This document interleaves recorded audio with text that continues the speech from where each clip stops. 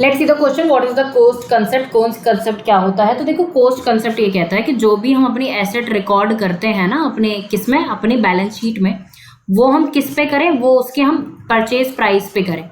किस पे करें? परचेज प्राइस या फिर हिस्टोरिकल कॉस्ट पे करें। हिस्टोरिकल कॉस्ट का मतलब ये होता है कि जिस कॉस्ट पर उसको खरीदा गया था, ठीक है। और अब इस हिस्टोरिकल कॉस्ट में क्या क्या चीजें आती हैं ये हम पहले भी पढ़ चुके हैं। इसमें आता है हमारा एक्वाइजेशन कॉस्ट, इसमें आती है हमारी ट्रांसपोर्टेशन, इसमें आते हैं हमारे इंस्टॉलेशन चार्ज।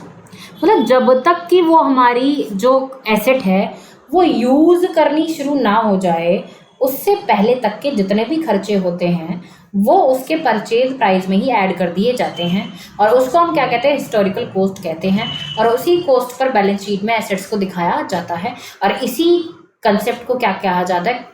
कॉस्ट कंसेप्ट कहा जाता है। सो आई होप, चलिए एक एग्जांपल देख लेते हैं इसका, है ना। मान लिया मैंने एक फर्नीचर खरीदा है ₹50,000 का।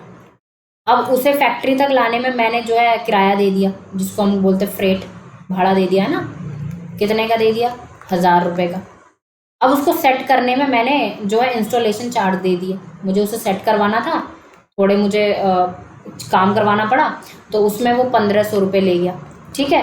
तो ये जो हो गया, अब ये जो मेरे फर्नीचर की वैल्यू जो मैं अपनी बैलेंस शीट में दिखाऊंगी ना, वो मैं दिखाऊंगी 00525, तो मैं दिखाऊंगी 52,500, यानी मैं फर्नीचर के रूप में क्या दिखाऊंगी? 52,500, क्योंकि अभी तक ये यूज होना शुरू नहीं हुआ है।